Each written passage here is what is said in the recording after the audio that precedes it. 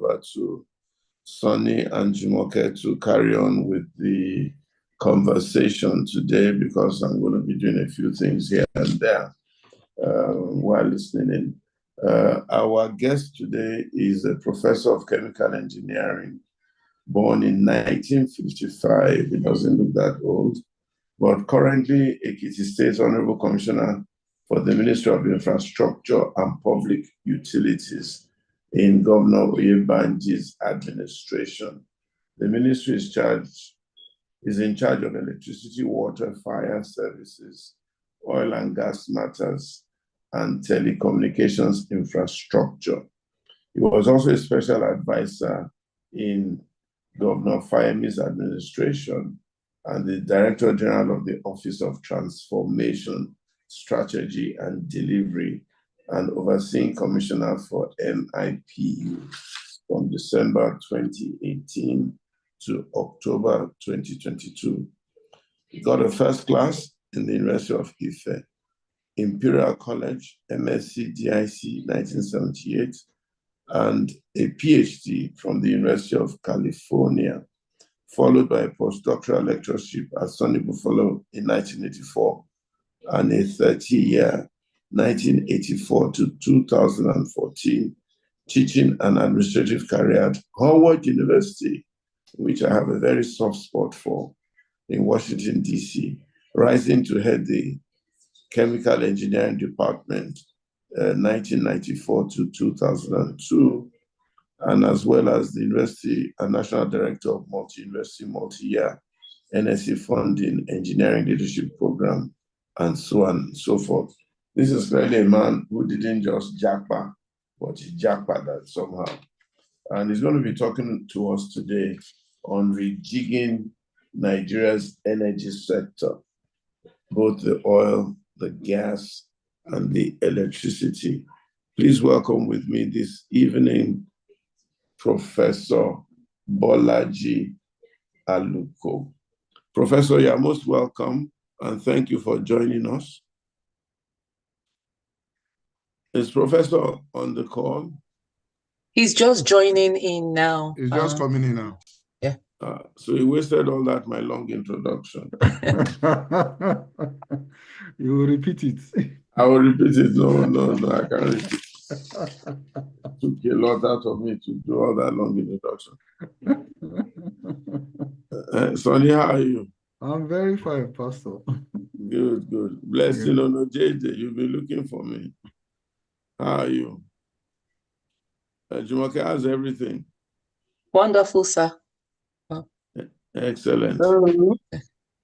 Professor Aluko. Yes, sir. How are you? I'm fine.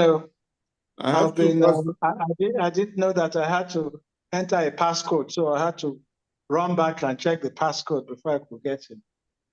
Okay, that's fine. We forgive you. Thank you very much. But I have two personal questions to ask you. Yes, please. Are you Gbenga's brother? And Bumi's sister and Bumi's brother and everybody who is in your church are my sisters, siblings, yes. So why aren't you in our church? Gbenga is my fourth sibling.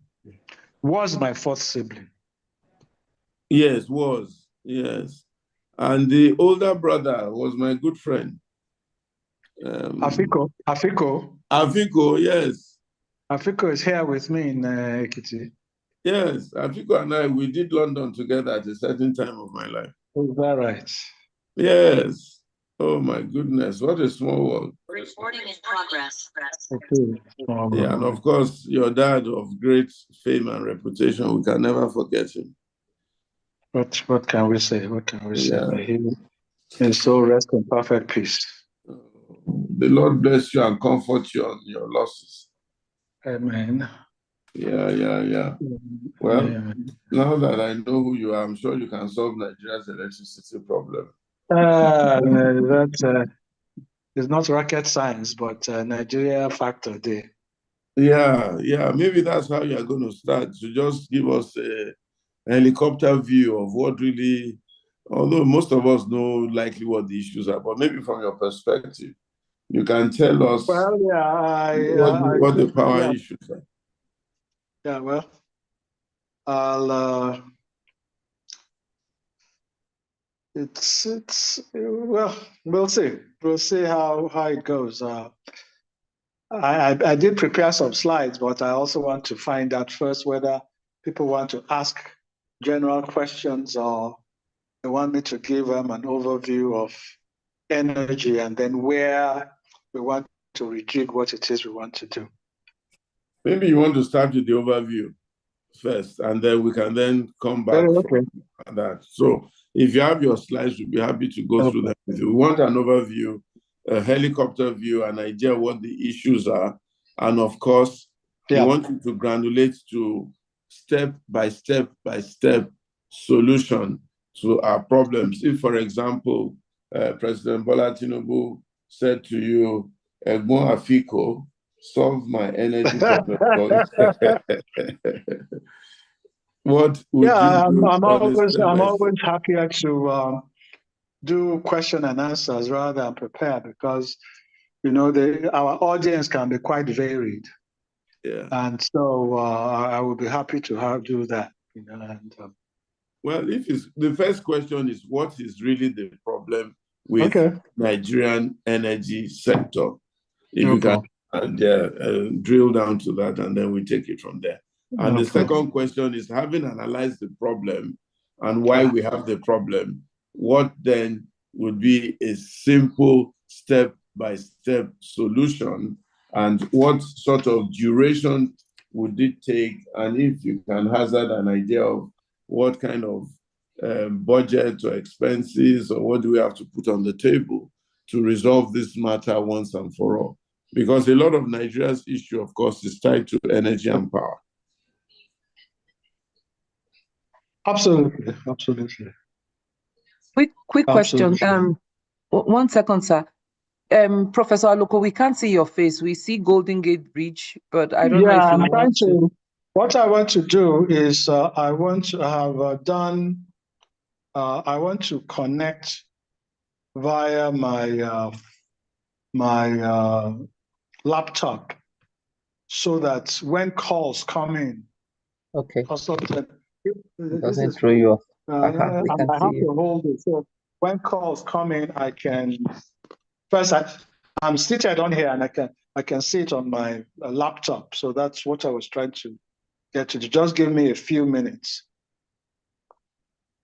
and I'll connect via my laptop, and then you'll see my face. Just a few minutes here.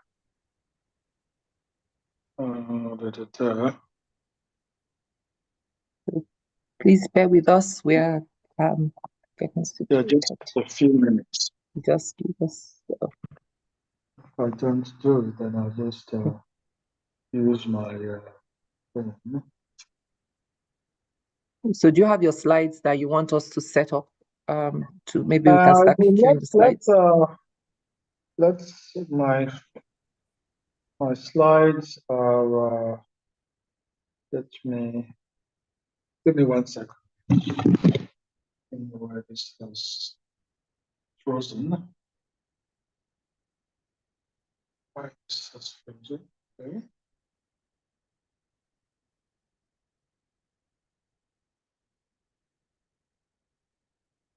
Where this is frozen.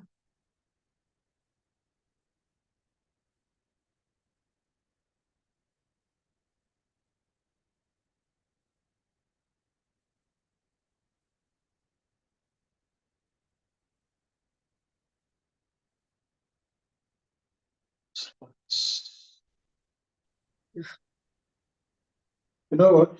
What I should do? Let's continue.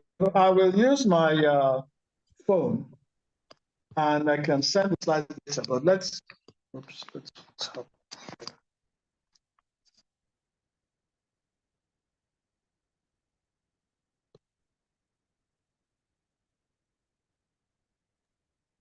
You can start by answering those questions. Yeah. Let's start that way, please, if you don't mind. Yeah. Pastor Edward asked you about 2 questions. Do you remember them? Can you respond to those questions? Okay. Let's do it this way. Okay, good evening, everybody. It's evening here in Nigeria. It's, I guess, midday in the UK and almost 9 p.m. in China, wherever it is. And I'm happy to join you on this webinar or Zoom meeting, as it were. I think it's almost trite. It's almost trite to state that no country will go anywhere unless it has a proper handle on its energy sector. No country can go anywhere, can succeed unless it can handle its energy sector. Because energy by itself is work is the manifestation of energy. And energy is what drives the world. I mean, for those of you who are physicists or scientists, work is what happens when you move any object from one place to the other. And that's what activity is all about. Whether you are going on transport, or whether you are heating a water or food, whatever it is that you're doing, whether you are lighting up your house, you require energy of some sort. And what we have, and there are different kinds of energy, let's put it that way. There's what is called primary sources of energy that come from nature itself, that come from nature. We're talking about solar, wind, crude oil. Those are primary sources of energy. But the contrast is between primary source of energy and end use of energy. And what is causing a lot of problem in Nigeria is the availability of end use of energy. Because between primary sources of energy and end use of energy, that is the energy that is useful to do certain things, you must have what are called conversion technologies. And it is those conversion technologies that are causing our problem in Nigeria. So we have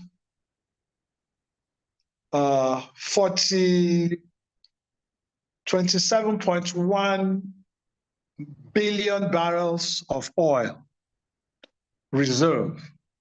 That's a primary source of energy.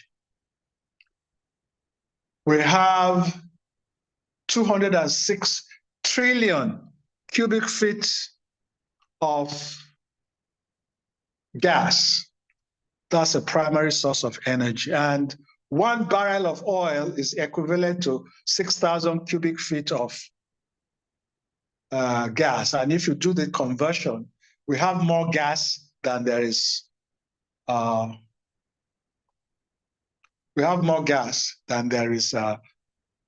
crude oil. And every barrel of oil converts to 1,700 kilowatt hours of electricity. Okay, so these are large numbers. Imagine if we were able to convert all our oil to electricity. That is, we have about 34.1 or so billion barrels of oil. Imagine if we were to convert all our gas to electricity. We should have no problem with electricity. None at all. So it is the conversion technology. And when we talk about conversion technology, for example, crude oil needs to be converted using the refineries, because crude oil is a primary source of energy, but gasoline, diesel, and even a lot of gas, some types of gases, are secondary fuels. And they require a conversion technology from the primary fuel to those that can be done as used, because we cannot use crude oil in most of our end use requirements. Are you hearing me? We can hear you. We can hear you. Okay, sorry. Yeah. So, and in order for us to get from gas or from gasoline to electricity, we need power plants. Those are conversion technologies. So again, that is where our problem comes. And unless we concentrate on those conversion technologies to get primary sources of energy into end-use energy, we'll never be able to get to where we want to go. Now, conversion technologies require money, require the technologies themselves, require us to be able to either have the technologies or acquire the technologies and pay for the technologies. So that is one issue. Anytime we're talking about energy, we're talking about efficiency of energy, we're talking about sustainability, we're talking about cost, we're talking about environmental impact. All of those need to be taken into consideration. So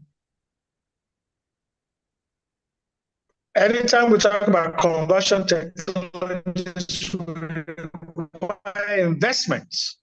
Investments can either come either from government or from private sources.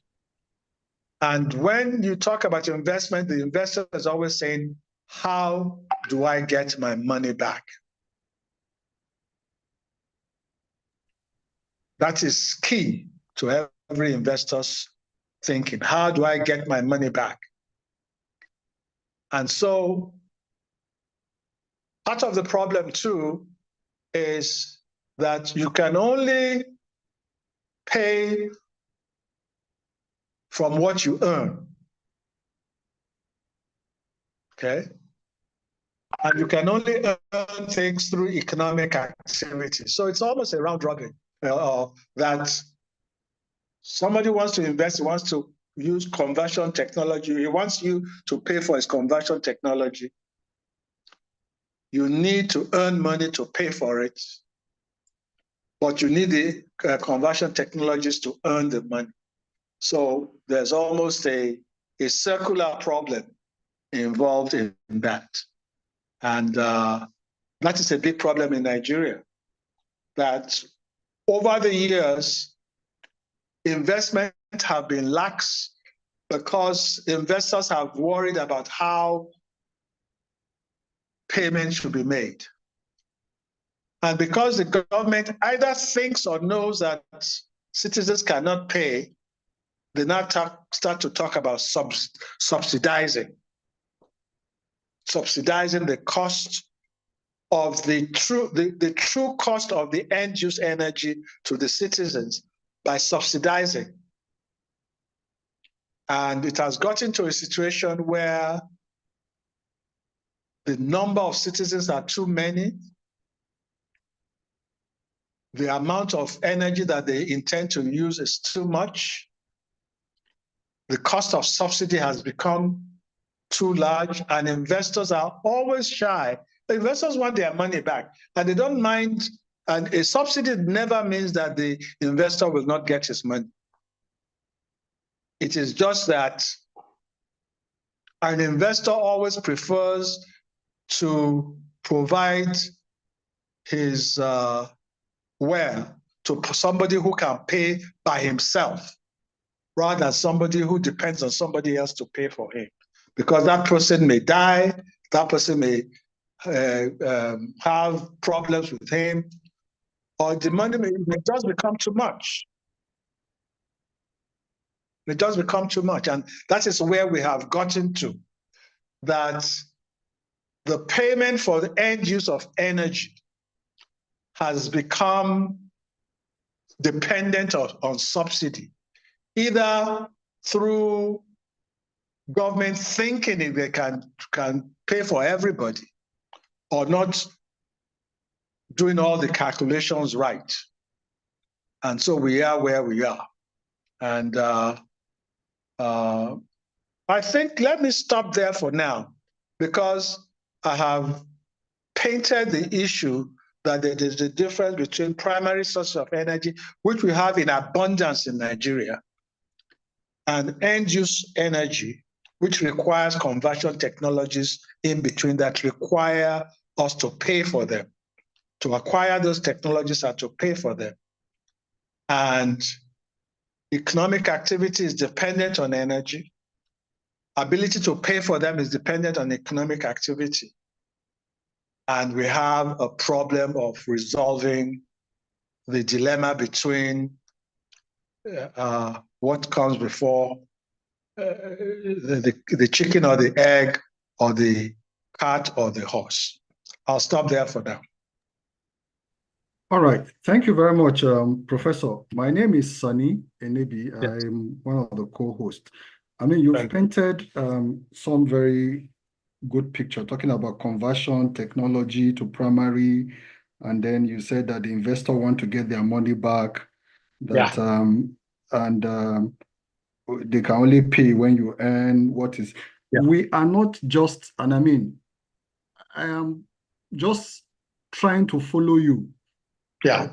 We have had electricity in this country as far back as maybe 70 years ago. Okay. Yeah. So energy is not new to us, just like every other thing that evolves. So it's not something novel or new that they are bringing. It's a continuation of what we have been doing and enjoying.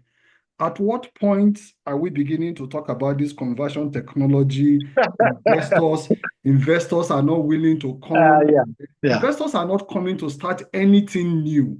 We have, these things have been going on. So why are we in this conundrum? I will tell you why. Yes, sir. I'll tell you why. At the beginning of this country called Nigeria, most of our primary sources of energy were coal and hydro. There was coal in Enugu and hydro in Kainji. And these two places, at that point, there was no crude oil. There was not much crude oil, and not much gas. So it was Kainji Dam providing electricity throughout the entire country, and coal at a much lower amount providing its own energy throughout the entire country. Electricity is actually a particular kind of energy. It is called an energy currency because you cannot store it. There are some other kinds of energies you can store, but electricity is a particular kind that you cannot store. That's number one. It's a special kind of energy. Number two is that when you transmit it, over a distance across wires, it loses its power. So when you have a country as big as Nigeria, which is 1 million square kilometers, that's 10 to the power 6 square kilometers, in which case you can put a 1,000 kilometers by 1,000 kilometer square across the country.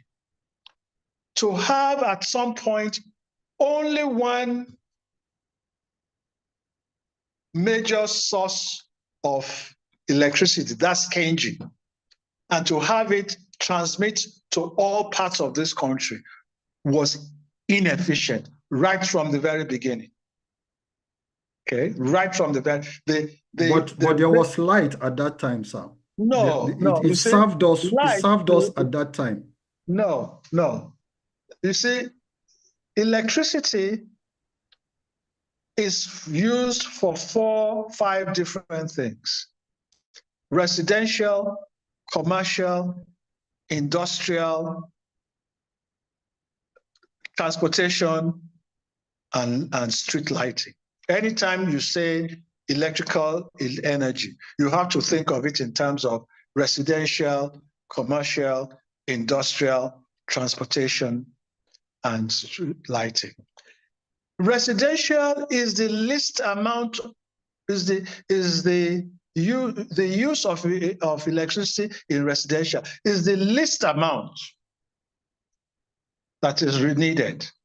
At the very beginning of Nigeria, when we talk about lighting, we're just thinking about lighting in our own house. That's very little. It is the industrial and residential and in other countries' transportation,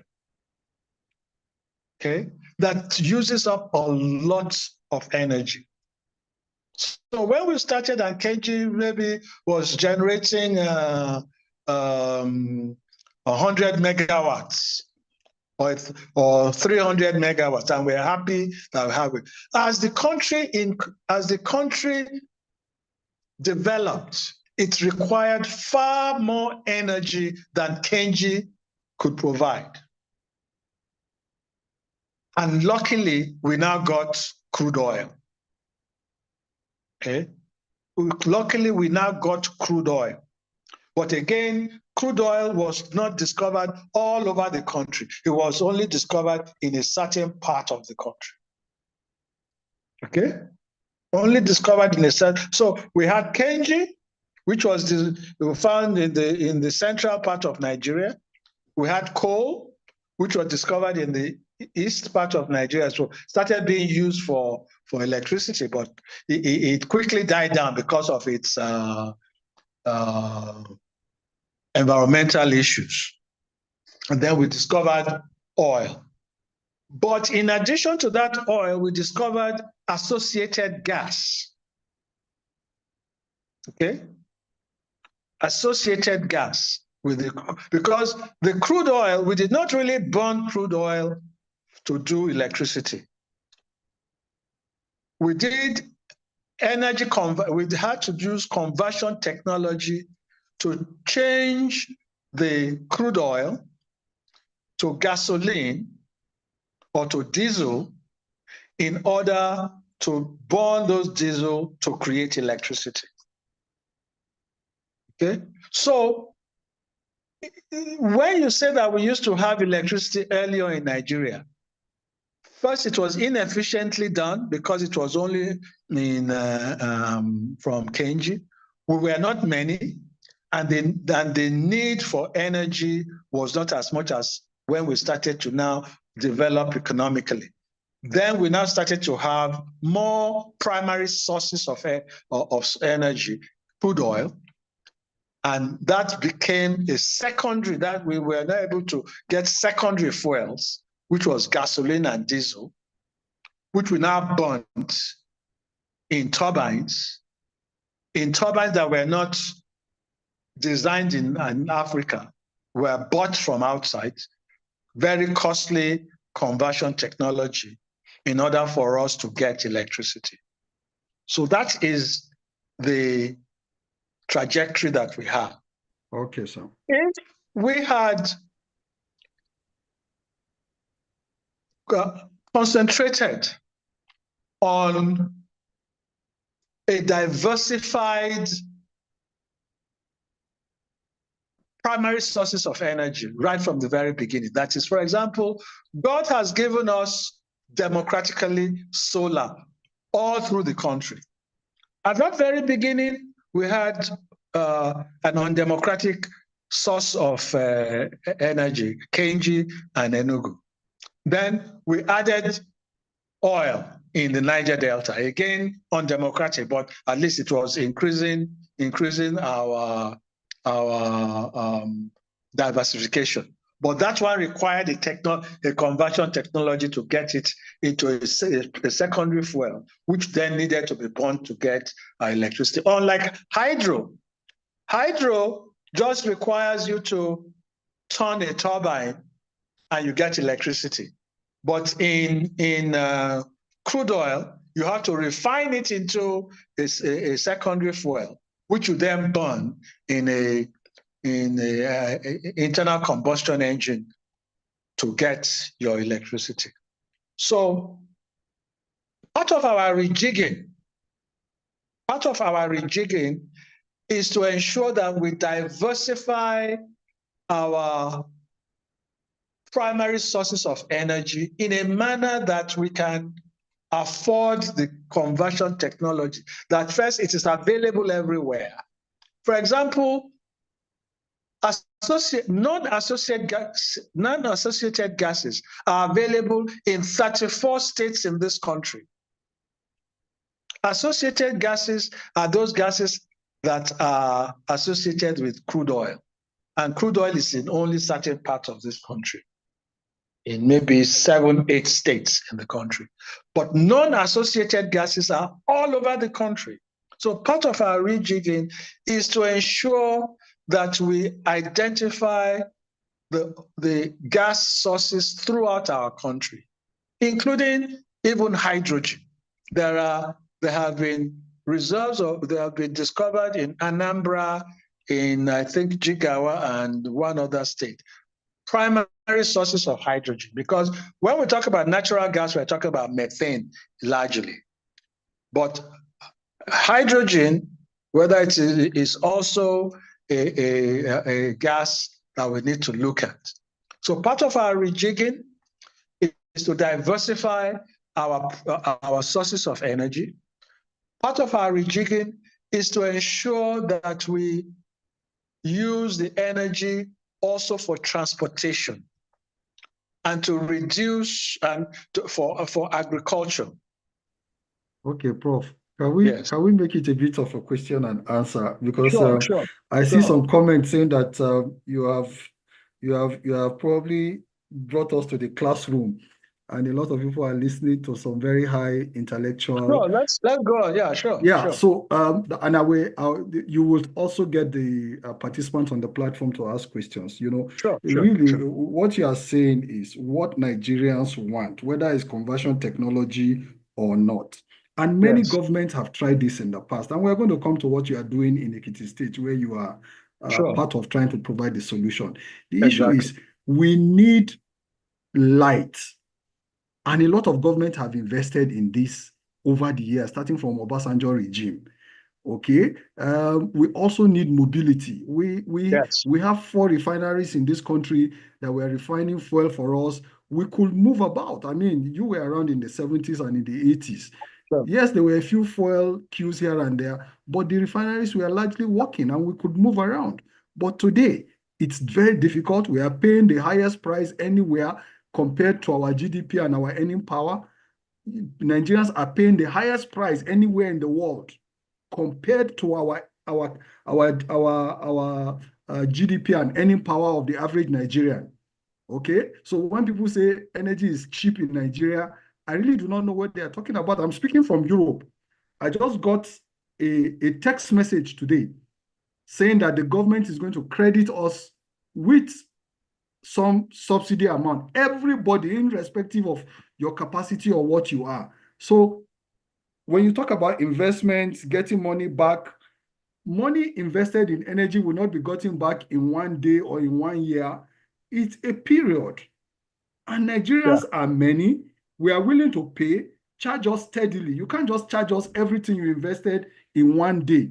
So maybe you can break it down for us. We don't have lights, we don't have petrol, we don't have diesel, we can't move. Everybody is in a quagmire. And let's not intellectualize it. Let us just bring it down to what is it exactly that we can do. Okay. Well, I've told you that we have the sun, we have hydro, we have crude oil, we have gas. You have to start from what you have to where you want to go. So why are we not starting from there, sir? Why this? We have started. Really? But you talked about the issue of crude oil. We had 4 refineries that should refine 45,000 barrels of oil per day to diesel and to gasoline. They have not been working. They were working at some point and they were shut down. Okay, so that is an explanation right there, that an existing technology to take from primary to secondary fuel that we will be able to use was not functional.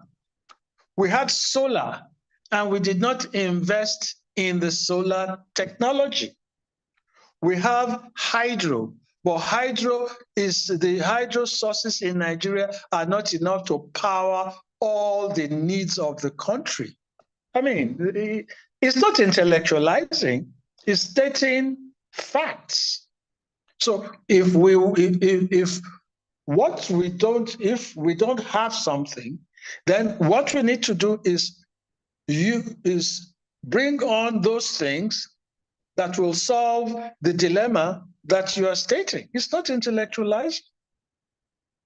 Intellectualizing, I'm not talking about you intellectualizing it. Please don't get me wrong. No offense to you, actually. No. What we are saying is, you know what, so we know what the problems have been. And I think what can we do, given where we are and the investment that have been made already by previous governments. So the government, I am one of those who do not talk about it is not government's business to be in business. But every time government is to be in business, first it must justify it, and secondly, it must not be run by civil servants. So when any service is being provided to citizens, I am supportive of private enterprise doing it. And that our private enterprise may be government-owned or purely private-owned. So these refineries,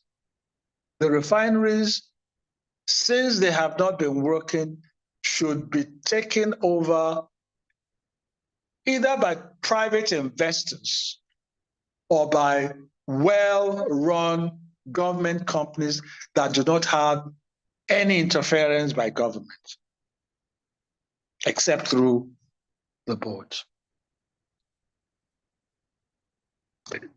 That's for the refineries. For solar technology, I believe that we should use what God has given to us. There are still costs involved, cost of battery, cost of inverters, cost of the solar panels. But if we are going to invest heavily in solar technology, then we should also have production of the parts of solar technology within Nigeria, so that we are not buying all the parts. Because in solar technology, there are very many parts. You have the panels, you have the inverter, you have the batteries, you have the controllers. If you are to buy all of those from outside, your economy will go, the economy of using solar will go haywire. So I do not believe that we should expend too much on solar until we ensure that we have all the, what is called the balance of plant technologies within the country. And we should also be sensitive to the fact that solar uses up land, so that any solar that we do, we must think in terms of agrovoltaics. That is, you are doing the solar and you can do certain agricultural activities along with it. That's for solar. Okay, so and we need to be able to do energy audits everywhere. We need to find out all the productive centers of energy use in the country and ensure, and when I say productive use of energy, lighting is not a productive use of energy. But electricity that runs machines that enable people to produce, those are productive use of energy that enables them to earn money. Prof, when you say lighting is not a productive use of energy, you know, it's a passive use of energy. I'm not saying it is not important, but if all we are trying to do is to provide electricity to light homes. Yes, sir. Okay? Yes, sir. It is not, the people will pay for it. Yes, sir. Okay?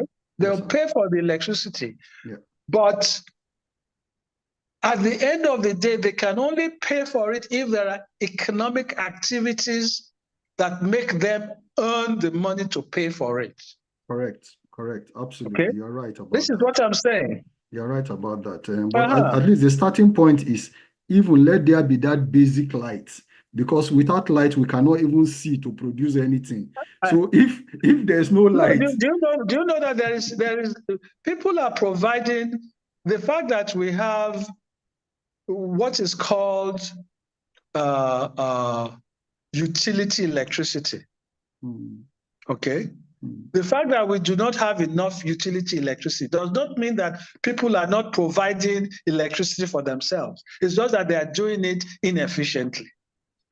Okay, there are some questions here on the platform, and we'll go on. And somebody had asked that, Prof, how can the new owners of the DISCOs and GENCOs improve their capacities and service provision? And he also stated that previous government, especially under Obasanjo, invested 20 trillion naira, which is the equivalent of over $600 billion. And we are still where we are. What happened?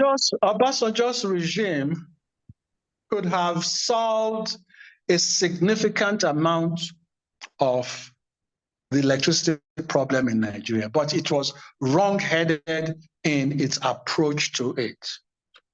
Obasanjo's regime, all the money that you're talking about were spent in buying turbines. If you go and look at what money was spent during Obasanjo, it was spent largely on turbines. Large-scale turbines. There were two issues about those turbines. One, some of them were so large that they could not even be moved from the ports. There are some, I understand that there are some of the turbines that are still in the ports today. I need to stand to be corrected. After this, once I've said this, some people can fact check me on that. Turbines. Some of them could not be moved past certain bridges in this country. That's number one. Number two, turbines, these were turbines that required gas. There were no gas pipes to them. So the primary source of energy to them, gas, even those that were not done. So he bought a lot of turbines, and by the time, but all the, we have about, out of today now, 80% of the electricity produced in this country is done using gas. Only 20% is by hydro and other sources. But most of those turbines were not turbines bought during the Obasanjo regime. I can be fact-checked on that. So that was the issue. Okay. The How about turbines, the DISCOs and the GENCOs? What can they do? Yeah. Here's what the issue is. Yes, sir. When the DISCOs were established, they were established really as collection agents, not as service providers. They thought that they were entering into a business in which all the assets were good, the customers were known. It was only because NEPA its collection was inefficient. The NEPA workers were stealing NEPA money, and they went into the business and they found that they had been sold a I don't know what they call it, a bill of goods. The network itself was bad. Customers were not known. And they were saddled with a lot of debts that they could not get over. In fact, for quite a number of years, they had problem with the workers. They thought that they could get rid of workers, and the workers said, no, you can't get rid of us. So for a long time, there were problems with workers and so on.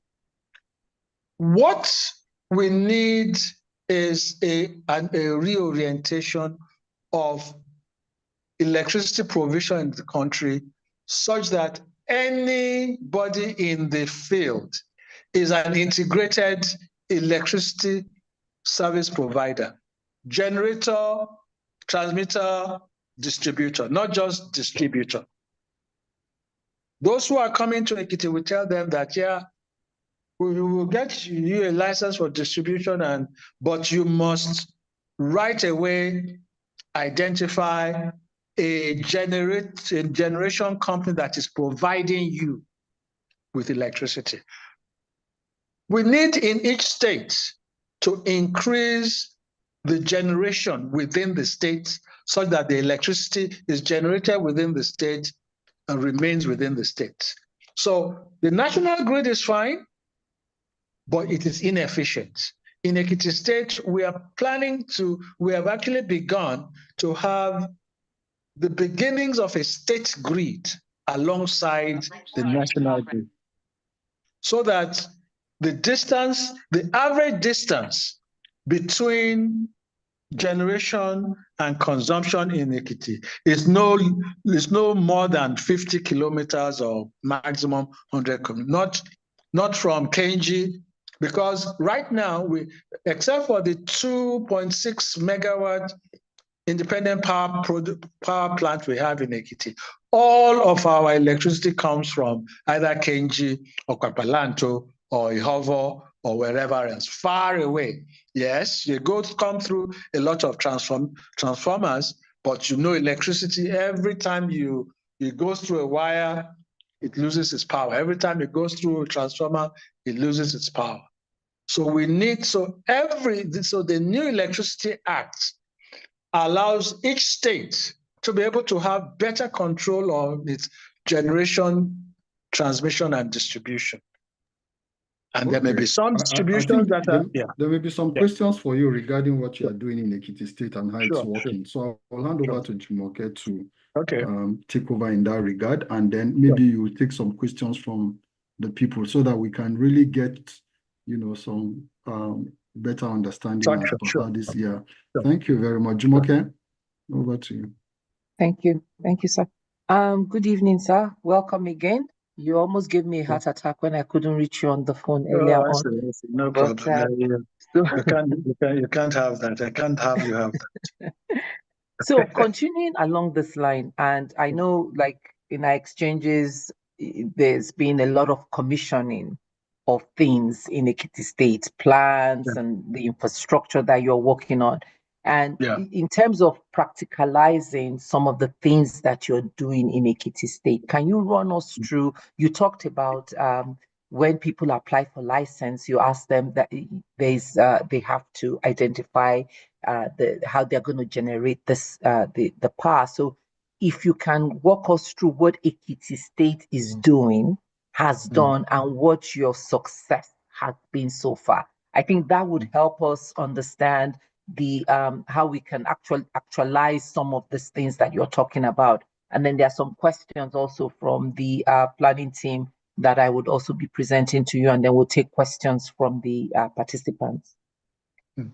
Well, the first thing to do is to have a full understanding of your electricity situation in the state. Okay? That is, as of now, we have no more than 18 megawatts of electricity in the entire state from the national grid on a daily basis. I actually have a table of the daily megawatts of electricity that Ekiti has from Osogbo on a daily basis. And I have that from, Osogbo on a daily basis, either through Omission Jano, which is one of our power stations, or through Omuaran in Kwara. So I have that on a daily basis. So you first have to understand the quantum of electricity that you have in the state and know what you need in the state. So that's first, a full understanding. That's number one. Number two is that we understand the electricity network in the state. If I were to share with you the map, the electricity map that BDC gave to us, we have 33 kV lines all over the state, and the 33 kV lines are considered high tension lines. See, high tension lines are 330 kV, 132 kV, 33 kV, 11 kV. And 11 kV are distribution lines too. But okay. So we have 33 kV lines all over the state. And just in some places that are 11 kV. And yet we need to have far more 11 kVs in the state.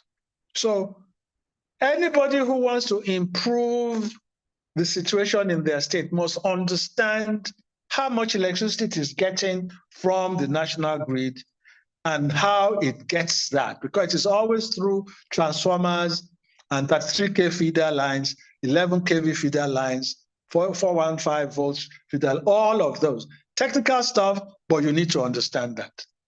And I've gotten my people to understand that. There are many communities in our state that are either unserved or underserved.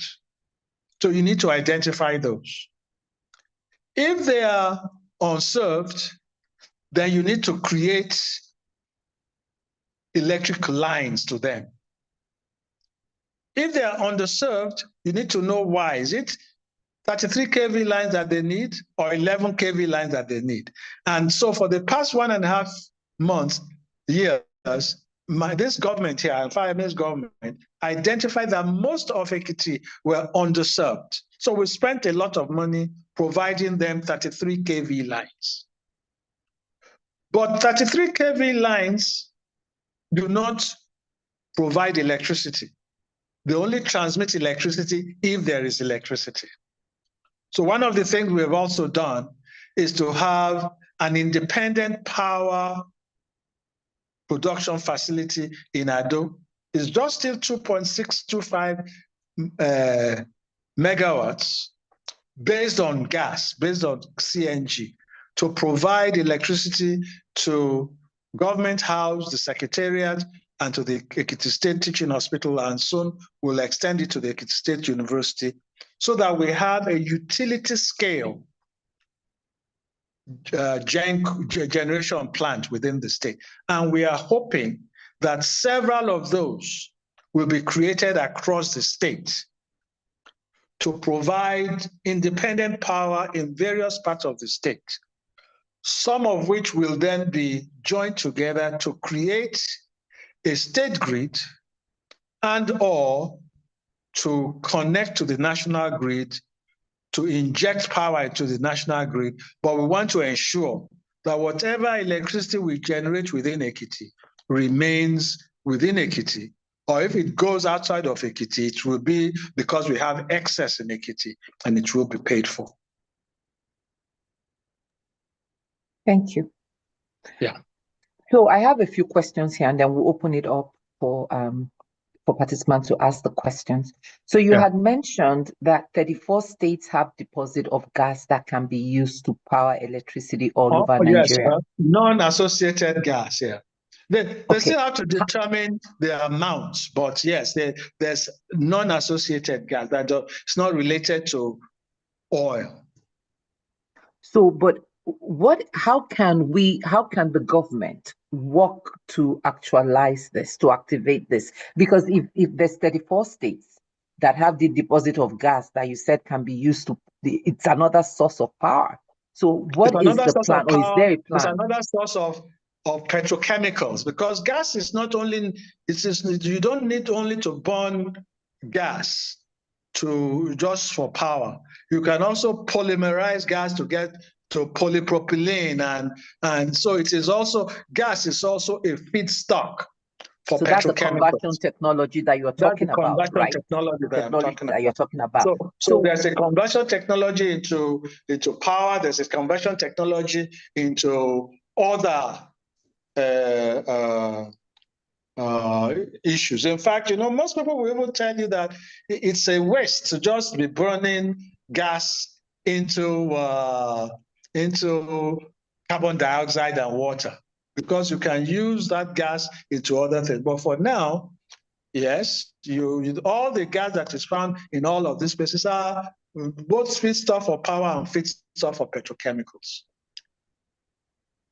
And I think for me personally, that's actually very troubling, right? That we have all these brilliant minds in the country, in and out of the country, that can actually develop this playbook for this conversion. And I'm surprised that there isn't a plan to do that. You are the commissioner of it. Okay. So every country has a trajectory of development. Okay. Every country has a trajectory. And I know that we are all well-traveled. We all see what is available in other parts of the country, other parts of the world. So we expect and we believe that what has happened elsewhere should have been happening in our country. But we also have a colonial heritage that we need to fight over. We have a leadership crisis.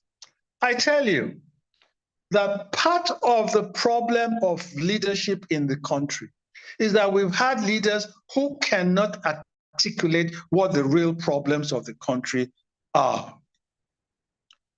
If a leader's understanding of the problem that he's facing is all derived by instruction by somebody else, or he does not fully understand the problem, there's no way he can proffer solutions either by himself or be able to distill a lot of solutions that are presented to him. Okay? I am not boasting, but it takes a lot of time to study this thing that we're talking about. Okay? I don't say Buhari will be able to do that. It's not, and he's president of a modern country. We're talking about modern countries, modern issues. We need to have a leadership core that understands the modernity and the technology required to move our country to the level of other countries. But is that the responsibility of the president to figure all this? Isn't this why he has all these advisors and ministers and technocrats that are in the space that are supposed to proffer these recommendations on the way forward? Because again, that's just one question. The problem of executive governance is that the buck stops always at the desk of the governor. Even in my state, I can have all kinds of ideas. If the governor does not subscribe to it, I cannot do it. There's just no way. I mean, you need to be in government to know that you cannot run faster than the chief executive. Got it. Because he still needs to sign on all of these things require expenditures. Yes, you can bring it to Exco, He still needs to sign. He still needs to use his red pen to say. And he has to have an understanding of the problem. He has to have an understanding. Okay. Yeah. So it still boils down to leadership crisis, and everything ties down to it, and that's something that we are working to resolve. So second question, and then I see a couple of hands up. How can we unbundle PHCN and make each local government, estates or communities generate their own power and to distribution? Yeah, well, the new Electricity Act requires PHCN no longer exists. PHCN no longer exists. The guy who's asking for PHCN is Rip Van Winkle. PHCN no longer exists. The distribution the discos, okay, and they have been unbundled. In my state, for example, the Benin Disco has unbundled into Benin Ekiti. Well, it's called the Benin Ekiti Distribution Company. Ibadan has unbundled. We have actually 4 distribution companies in my state now, rather than when we used to have BDC address about 14 local governments, and IBEDC address about 2. So we now have 4 distribution companies that can distribute anywhere in the state, provided they have the assets to do it. So that unbundling is going on. The Electricity Constitutional Amendment Act and the Electricity Act of last year are very, very key to the rejigging of the electricity energy sector in this country. And only 9 of us states have so far done their laws, and only 3 or 4 of us have full regulatory authority, starting from October 22, just two days ago. Full regulatory authority, and we're going to use the authority as much as we can. But the taste of the pudding is in investors coming into our state to provide electricity in a cost-reflective manner and in a sustainable manner. Okay, thank you. That's the taste of the pudding. Yeah. Okay, I'm going to ask the participants to ask their questions, and then I will take the balance of these questions later. So the way we usually do this, we would ask a group of questions together, and you take them you would take 2 or 3 questions, and then you group them and answer them at once. So I'm going to call on Bashiru to please ask their question, and please go ahead and ask your question. Thank you. First, I wanted to ask, this program, is it live or is an old program first that we're watching? Because really, it's live. It's live, okay. Because the professor mentioned Buhari and the Payemi in the discussion, so I was wondering whether it's an old recorded program. I think we need to take maybe it's just a slip of tongue, we'll say. What are we trying to get out of this discussion? I think that's what we should have defined that. What do we need to unveil so that people that are following can now say, okay, we're asking the right question in the right context and so on, because it's important that every discussion solve a particular problem. So I think you need to have clarity as to, and this really goes to to you in particular, you need to address that, to see what are we trying to get out of this conversation, because it's so wide a topic that we need to say, okay, this is the problem this topic is trying to address. And then one other thing is that I wanted to mention that we can actually store electricity. Yes. I mean, it is something we can store. It's not like in telecom where you have frequency where you cannot store that. I mean, we have to use it at the time. It doesn't pass. But electricity, on the other hand, can actually be stored. So we can store it and sometimes use to compensate, sometimes to balance the network demand and supply and so on. So that is possible. Now, you can't store electricity. Go ahead. We can, of course. That's why you talk about lithium batteries and so on. Electricity in its form. Electricity is a currency. You can store it in a chemical, in a battery as a chemical. Of course, form. That is the way we store it. As a pumped storage, but you cannot store it as electricity. Well, I mean, common man will understand that's so storage that you're talking about, whether using potential, maybe student other forms of energy, be it from potential or other, but it can be stored. I mean, you can store it and use it. That's why people are using solar and other things, because they store it and use it. So that people not be confused, it can definitely be used that way. It's not a question of confusion. I'm a professor of chemical engineering. Dr. Aloko, if you can finish his question, maybe you can address it. Let him finish his question. So please. I think what I expect the discussion to focus on, pick each one of any of these. We went and talked about even generation on turbines that have been installed in the 2000s, which is in itself it has taken some milestones really. But what are the problems that come up from that? I expect that we should analyze what problem. For example, now recently Nigeria had if you like a grid collapse. What is the cause? How do we address it? I mean, what impacted on it? Is it the investment that's required? What infrastructure is required? These are some of the questions I would expect to be answered. And if we're talking about gas, investment in the gas, be it associated gas or, if you like, standalone gas, whichever, what do we require? How do we invest? If it is solar, what do we need to do? Where do we begin? What kind of interventions are required? Who should intervene? And so on. If we're talking about all of these things, I think we need to have structure to this conversation so that we understand where this is taken, so that we can see what problem we're trying to solve by this conversation.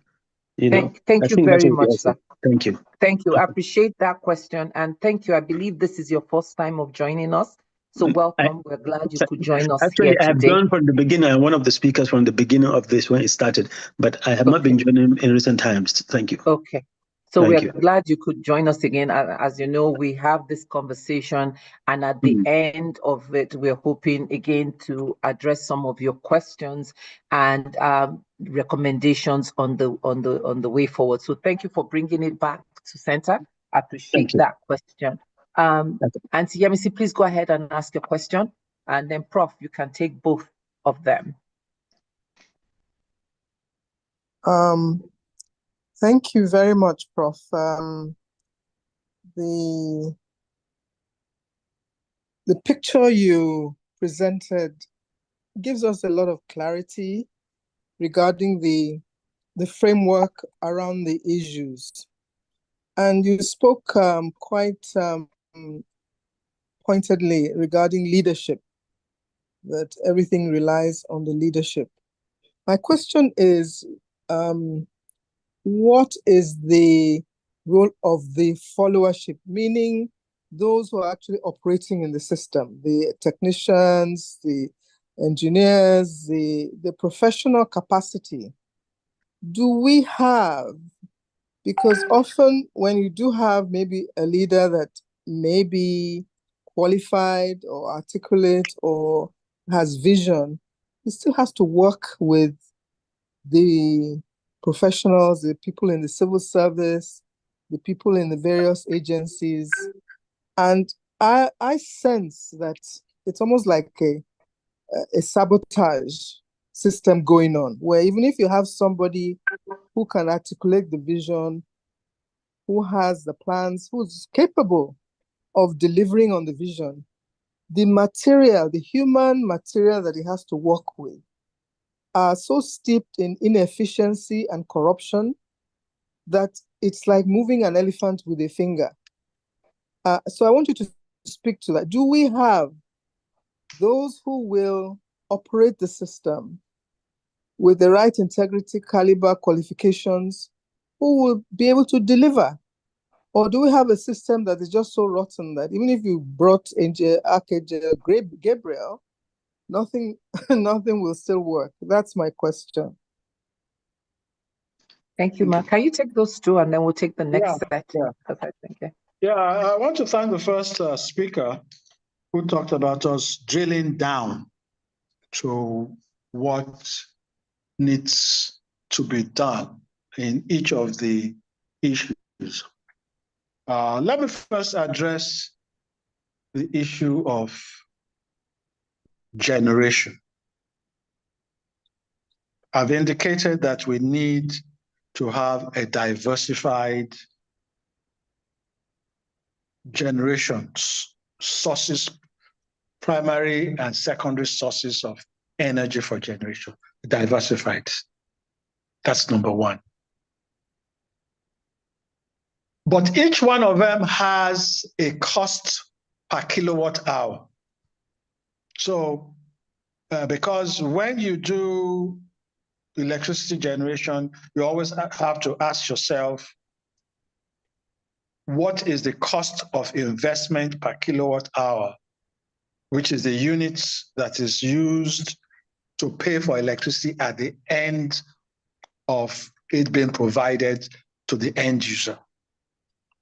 So each one of them, so we have to have clearly in our mind, what are the various sources of energy, primary sources of energy and the technologies, and the cost per kilowatt hour of each one. So everybody, the decision makers must know that if you are doing hydro in the north, hydro in the south, this is the cost of investment per kilowatt hour. If it is by gas, that per kilowatt hour, by solar, everybody must know it. That is not very clear. So we really need to be able to know that. We must, and when we talk about diversification, it's not only because of security, because when you put all your eggs in one basket, you are making yourself insecure. But electricity, again, cannot be stored in its form, and it degrades with distance. So immediately we talk about generation, we also have to talk about the distance between that generation and the final point, so that the transmission, the length of transmission and distribution must be shortened in such a manner that the losses are within 6%, 7%.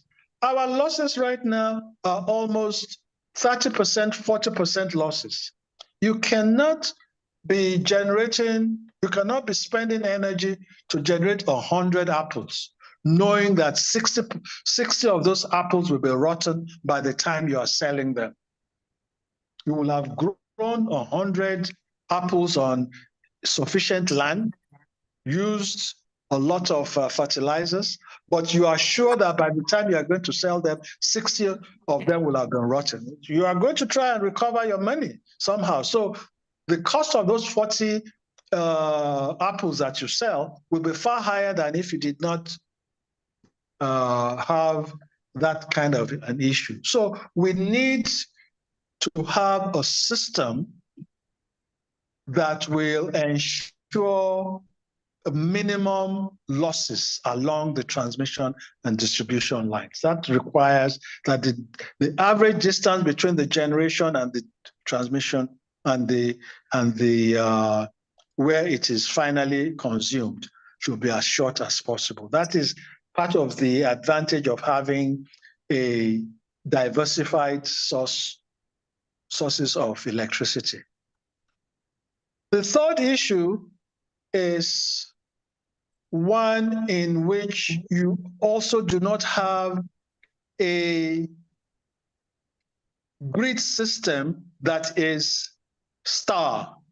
What we have right now in Nigeria is a grid system that is star, meaning that from the generation point, you have transmissions that just go out like arrows from that distribution point, pure arrows. So that if there's a cut somewhere along the line, every load point beyond that line is cut off. What we need is a mesh grid. We need to rejig our entire mesh grid system so that it is a mesh rather than a star grid. So that if there is a cut on one line, you can have another line to it. And they talk about all this N+1 or N+2, whatever. So I don't want to be too technical about that. So we need to have a redesigned, so we need to have more generation points. We need to have a mesh grid. Okay. We need to have metering, because without metering, you cannot collect. The electricity industry is a serial one. The only way you pay for the generation and the transmission and the distribution is when you collect. And if you cannot collect, you cannot sustain the industry. So you will need to have a near 100% metering situation. My state, we have only 19% metering. Out of the 110,000 BDC customers, only 21,000 are metered. All the others are estimated billing, and they are angry. So we have made a law outlawing estimated billing. And we've told people that you will only get electricity if you buy a meter. So that's what I can, and I can answer some more if he asks some more questions. When we talk about grid collapse, a grid is both voltage and frequency. We want to have either 330 kV or 132 kV or 33 kV and 50 hertz. If any of those two are out of scale, when they talk about grid collapse, it doesn't mean that everything has collapsed, but they just shut down so that all the electrical parts, electrical machines are not damaged because of certain fluctuations. Because what happens is that there are times when all the power stations are able to generate a certain amount of power, but the distribution companies cannot use up all that power for whatever reason. Okay, and there is a threshold by which between what is generated and what can be distributed. If there's an imbalance, the system shuts down. That is what is called grid collapse. Or when there's a frequency mismatch, that is what's also called grid collapse. It is not that, so it's very simple. What is required in electricity, if you do a Google of any country and say electricity consumption, electricity generation, electricity consumption, you will find that the electricity generation and electricity consumption almost match each other, except times when you hear about exports to another country or import from another country. Electricity consumption and distribution invariably match each other because you cannot store electricity in that form. But you can transform electricity into chemical energy or into pump storage. And then when you now want to create electricity, you now reverse the system. Let me now address the one of leadership and followership. You know, governance is about policies, programs, projects, and personnel. Okay. In between there are laws. So policies, programs, laws, projects, and personnel. And leaders have to have around them people that they trust and have shared values in order to come up with certain policies. Policies must be driven by some ideology, okay? Whether it's welfareist, whether it is, where am I? Are you hearing me? We can still see you. Yeah, we can still see and Okay. hear you. Okay. I mean, well, we can't see you anymore, but we can hear you. We see an I don't M know now. why. Let me see why.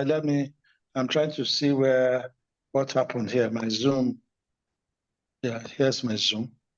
Okay, here we can see you now. You can see me now. Okay. Yes. Yeah. So the leader, one of the problems in Nigeria is that especially the chief executives arise and choose people around them who they have never worked with before.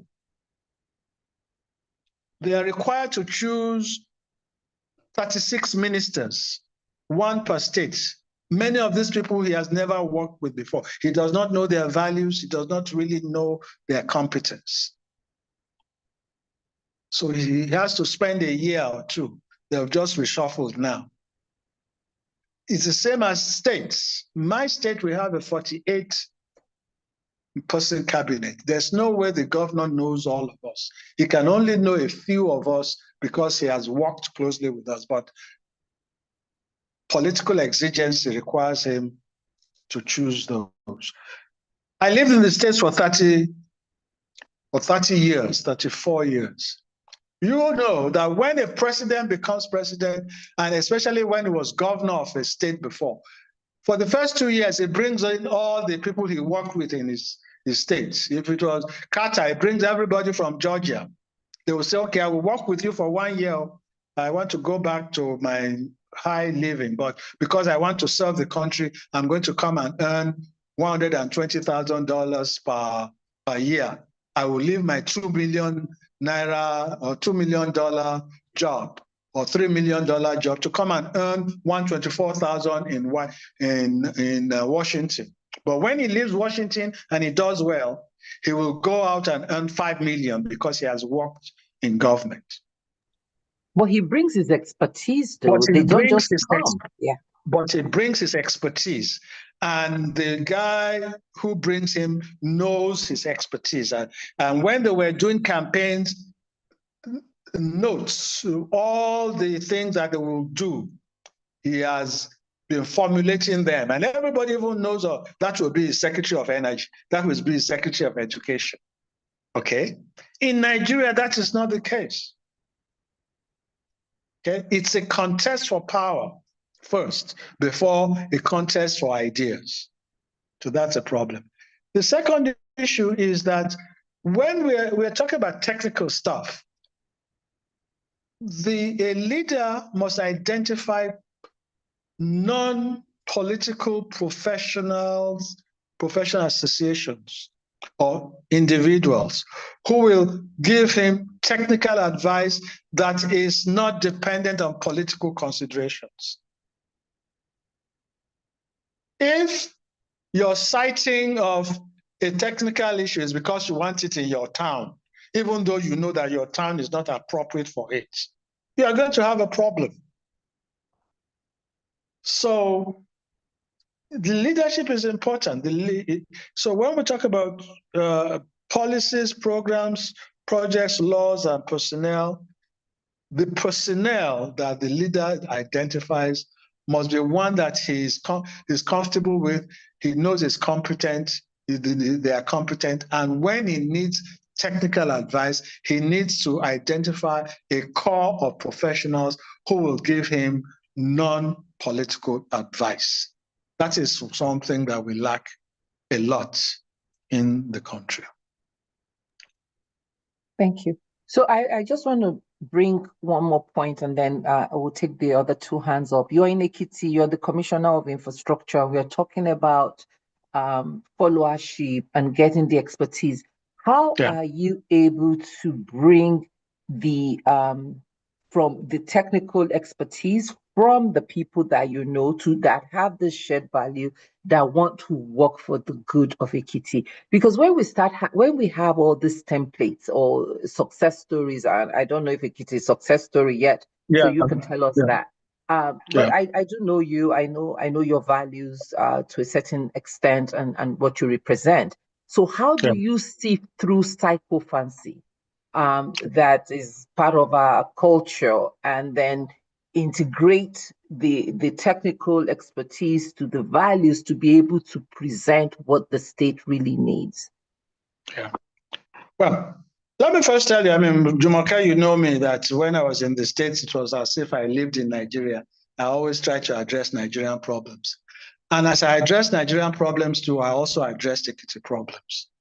I have a 2008 paper on electricity challenges in Nigeria with an example in Ekiti State.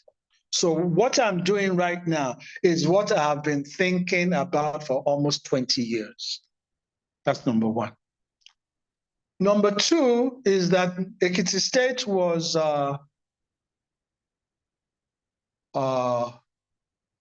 established in 1996, okay, as a state. And we had our first civilian government in 1992. And I came to Ekiti State to do my sabbatical in 2002 in the university here. And I was acted as special advisor to the governor on education in 2002, when the present governor was the PA to Governor Niyi Adebayo. Okay? So when I came in 2018 to be Director General of the Office of Transformation Strategy and Delivery, I came in because Governor Fayemi was governor of this state. And we were pro-democracy activists together abroad. He was president of the Nigerian Democratic Movement in the UK. I was president of the Nigerian Democratic Movement in the US. So we knew we had shared values. He knew things I could or could not do. I knew things that he could or could not do. We had shared values, okay? And so this governor, the present governor, was his SSG, Secretary to the State Government, when I was Director General of the Office of Transformation Strategy and Delivery, and I also became Commissioner for Infrastructure, Public Utilities. So continuing to work with him, it was no brainer, it was a continuity, okay? I emphasize that it is important for leaders to identify a core group of people who he can depend on. Politically, he may have, I don't know how many of you would appreciate it, but Chief Awolowo's genius was precisely that. He had an understanding of what he wanted to do, but he identified around himself a core group of intellectuals who he passed his ideas through. And he implemented, even against political,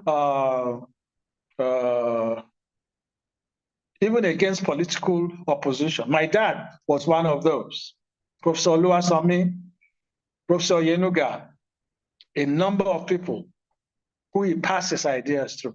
Leaders have to identify around themselves a core group of people who are not necessarily political animals, okay, who can give him good advice based on shared values.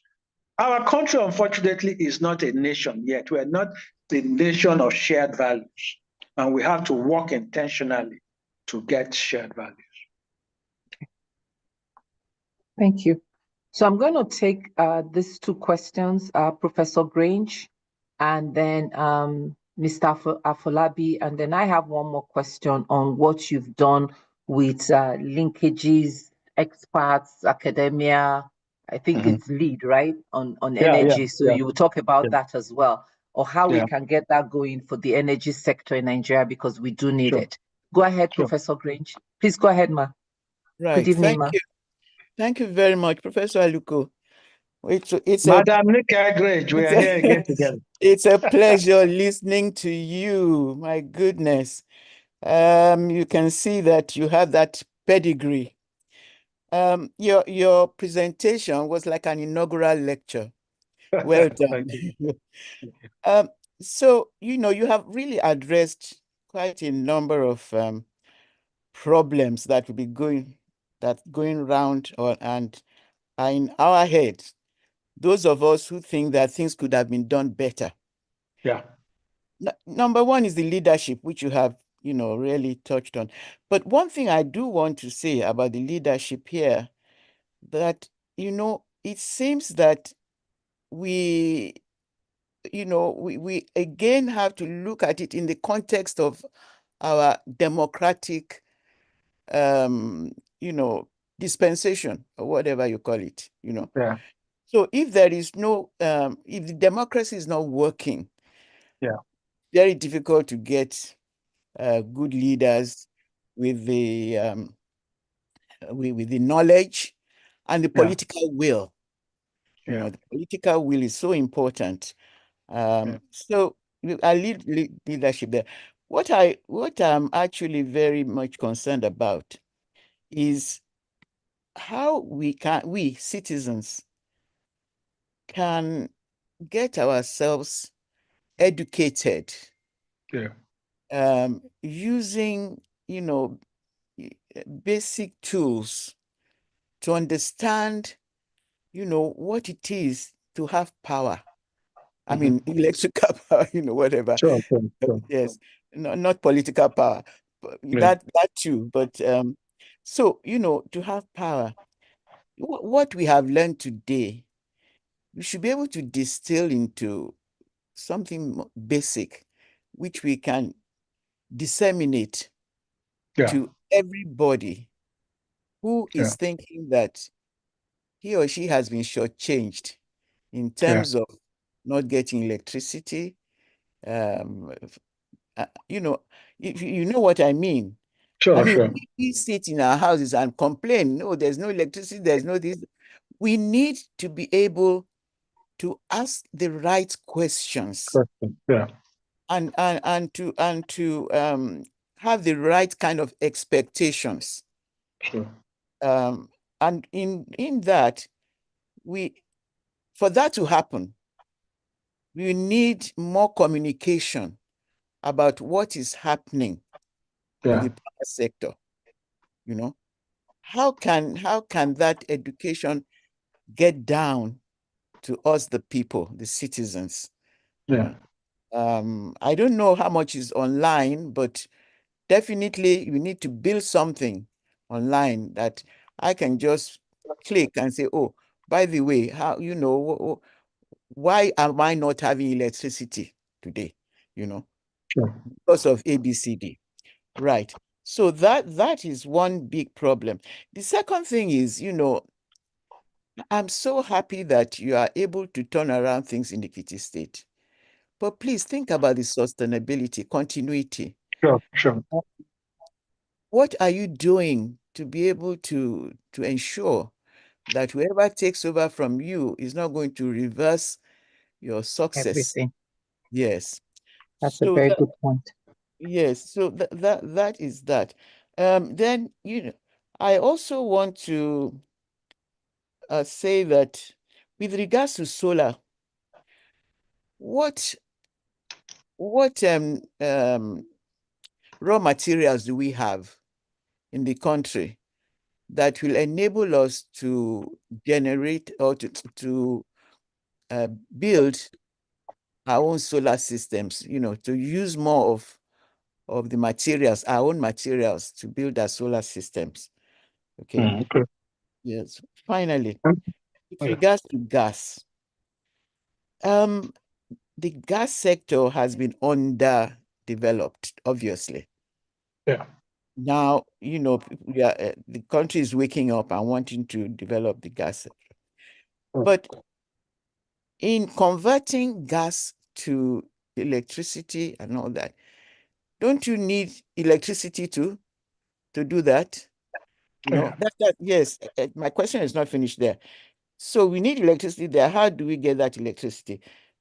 Secondly, can the gas be piped to the places of use, even to our houses for domestic use?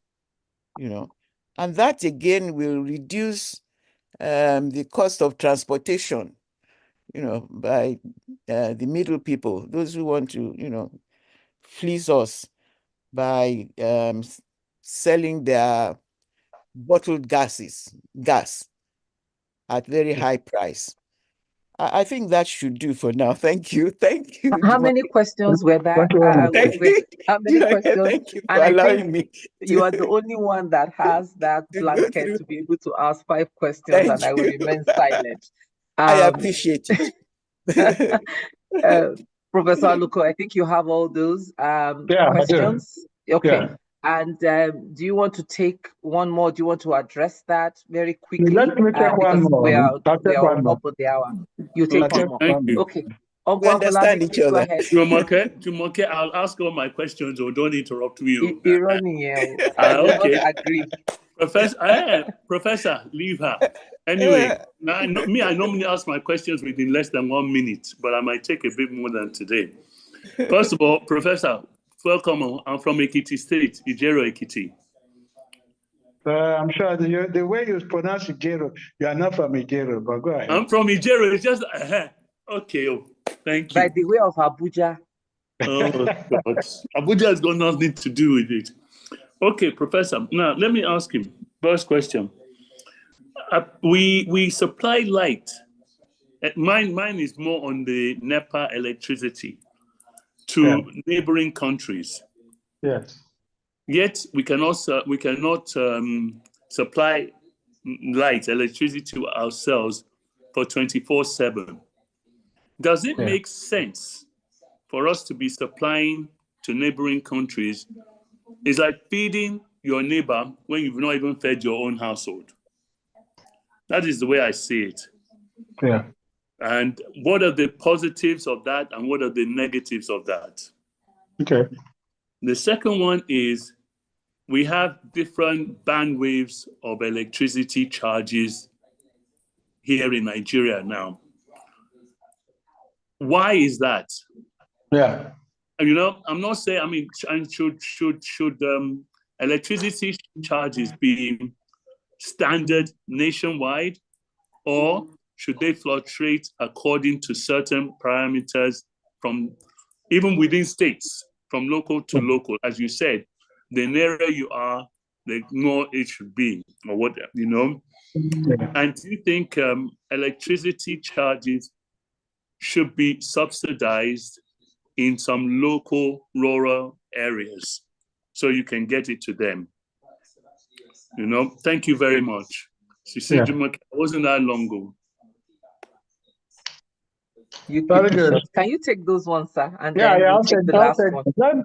Let me start with Professor Nick Egwenji's questions, and I'll start from behind and go all the way up.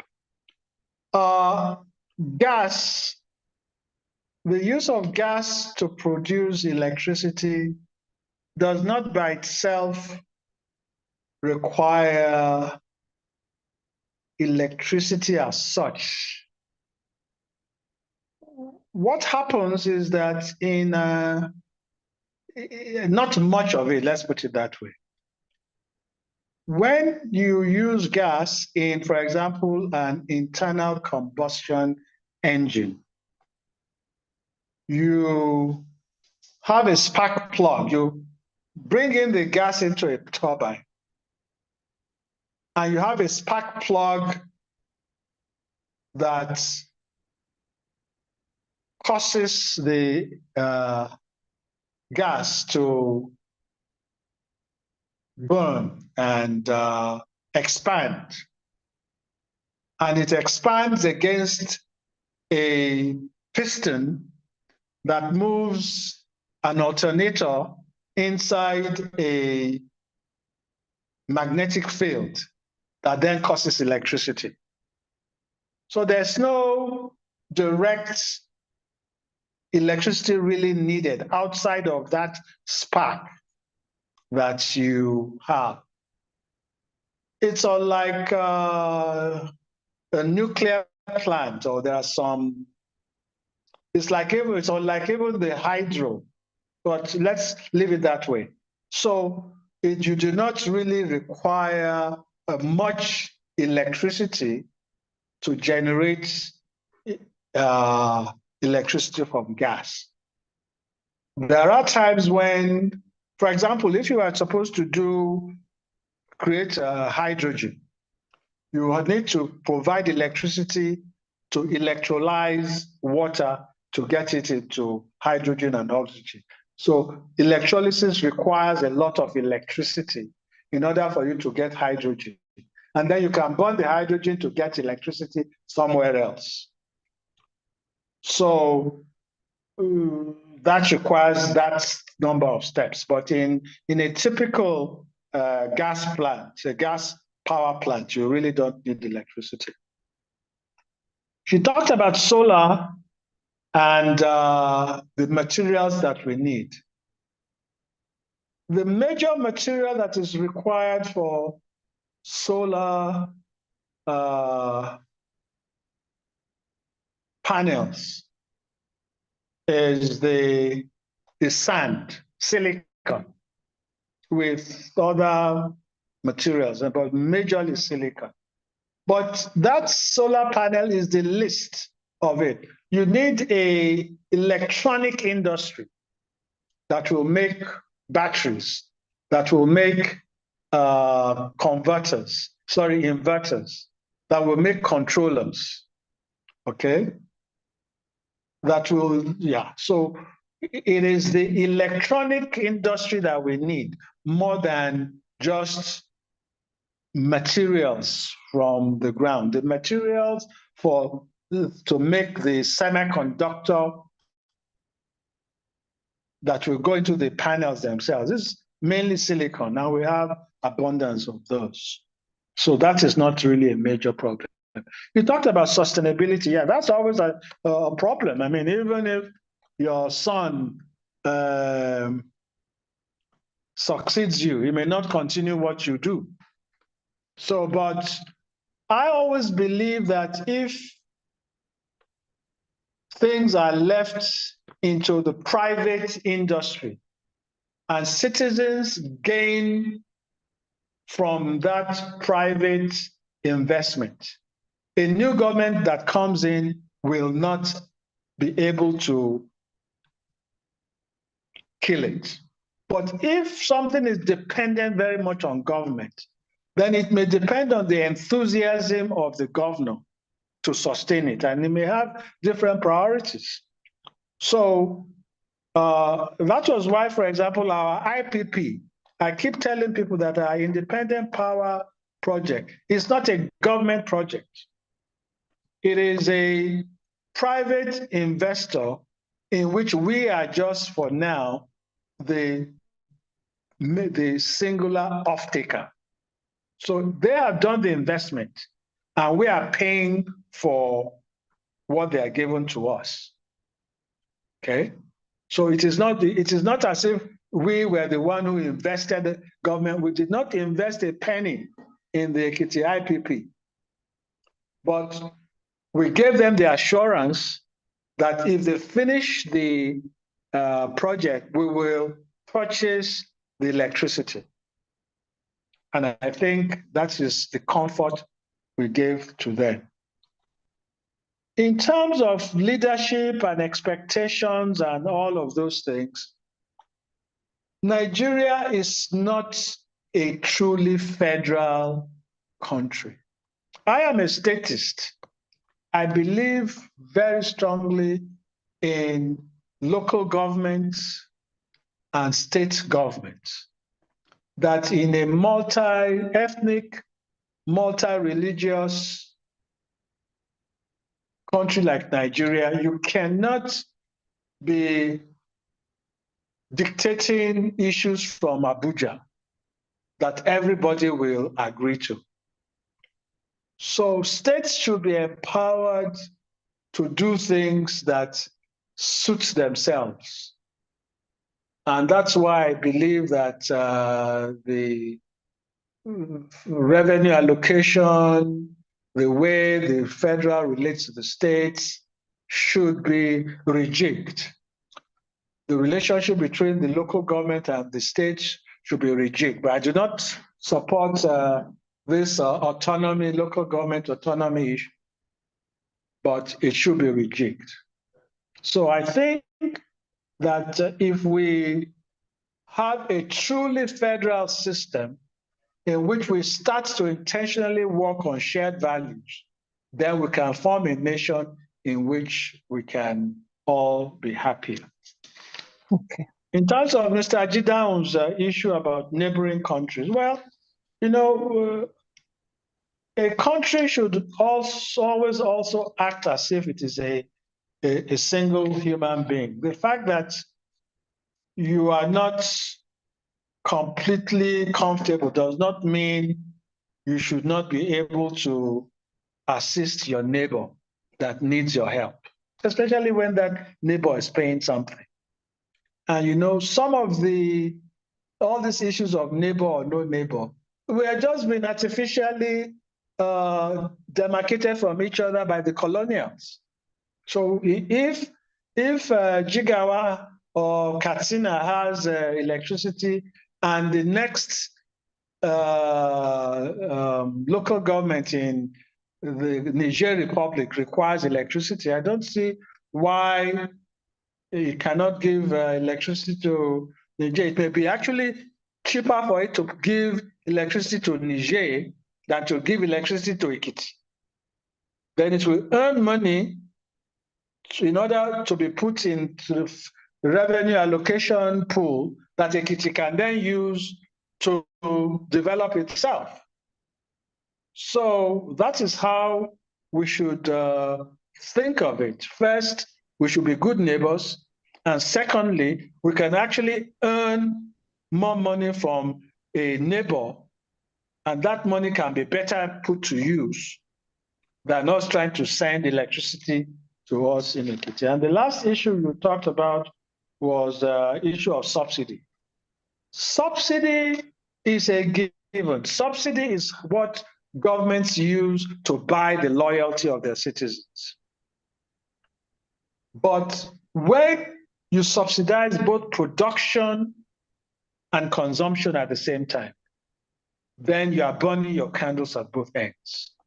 You have to decide what you want to subsidize. If you subsidize consumption of those who can afford a utility, then you are bound to waste it, and you are actually putting money from the poor to the rich. If you subsidize consumption in a production in an uncaring manner, then you will be encouraging inefficiency. So unbridled subsidy could cause both inefficiency and corruption on the one hand, and waste and conspicuous consumption at the other end. So subsidy must be tailored to those who really need it.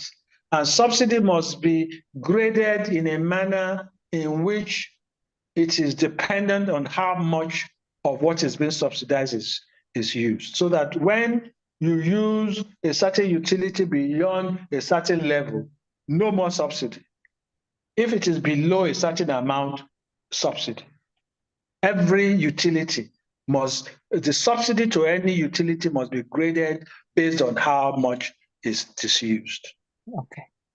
So we're going to take these last two questions. We have Mr. Okungbowa's hand up.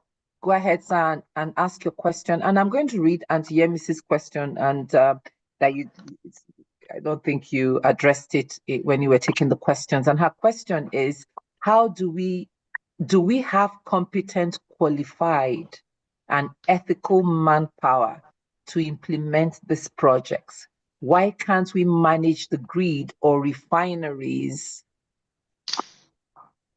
Or refineries. So go ahead. So those are the last two questions, and then you can include your closing remark that as we bring the session to a close. Mr. Okungbowa, please go ahead with your question.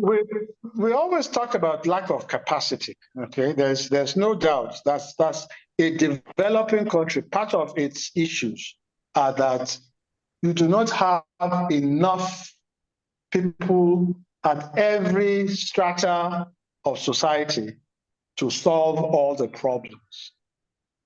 But once a problem is identified, a group of people who are competent and ethical, they may be small, should be put together to start to address it. And they may use different people from all around the world to assist them to address the problem. Yeah, ethical issues are involved. The civil service is very important. Somebody asked about the civil service. I have had a very good relationship with the civil service in my state. I was Director General of the Office of Transformation, and I had to have a lot of relationship with civil service across the place. And so in my, when I became commissioner, I've had a lot of good people work with me, So I just think that it's a problem,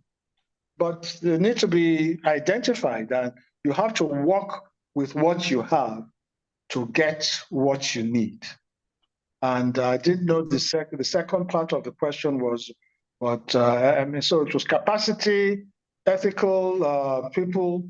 Yeah, and what happens is that good conduct should be rewarded and bad conduct should be punished. There's a lot of begging that goes on when people violate issues in the country. Hey, Joe, please, if you sack me or if you suspend me, my son will not be able to graduate. It was the devil, and so on. And people start to beg.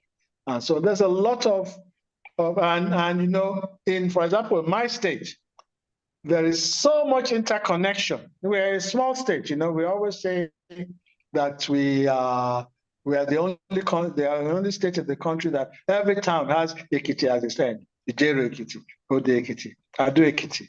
And everybody is somehow related to each other. You may have gone to the same schools or same university or everybody. Yeah, somebody is married to somebody else. So there's a lot of disciplinary issues that one has to contend with. But all in all, or lack of it, but all in all, we've had a good experience. And of course, I worked at Otuoke for 5 years. If you can work in the Niger Delta, you can work anywhere in Nigeria. Thank you. So, Mr. Okungbowa, please go ahead and ask your question. Sorry. Go ahead and ask your question, sir.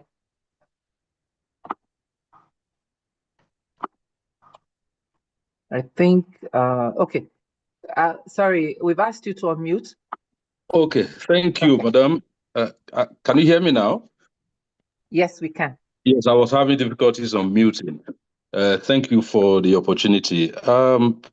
Two very quick issues. First, comment, and then a question. Prof, thank you very much for your lecture. I'm glad that I came here today to listen to you. Thank you very, very much. I must also note, just like Professor Craig said, that your presentation was as if you were doing an inaugural lecture. Thank you. It was quite, enlightening. I'm particularly glad that, in spite of the fact that you dwelt a lot on the core of what you wanted to present, which was on electricity, you also dwelt on leadership. And for me, that is key. Somebody asked, I mean, we talk about leadership. What about followership? The truth is, leadership takes the lead, and followership oftentimes follows. So where leadership goes, oftentimes followership goes. So it's important. Leadership is virtually everything, So I'd like to thank you again. I am glad about what you and your people are doing in Ekiti, about the subject that you came to discuss with us today. I'm also very, very happy to tell our listeners here that Edo is doing virtually the same. We were among the first state in the Federation to have opened up space, even before that opening was created at the national level with the amendment of the Electricity Act. And today, a lot of benefits have accrued from that effort. All of the electricity we use today in Government House, in the Secretariat, in all government buildings, almost 24 hours, 7 days in a week. It's from an independent power plant, and that's helping us a great deal.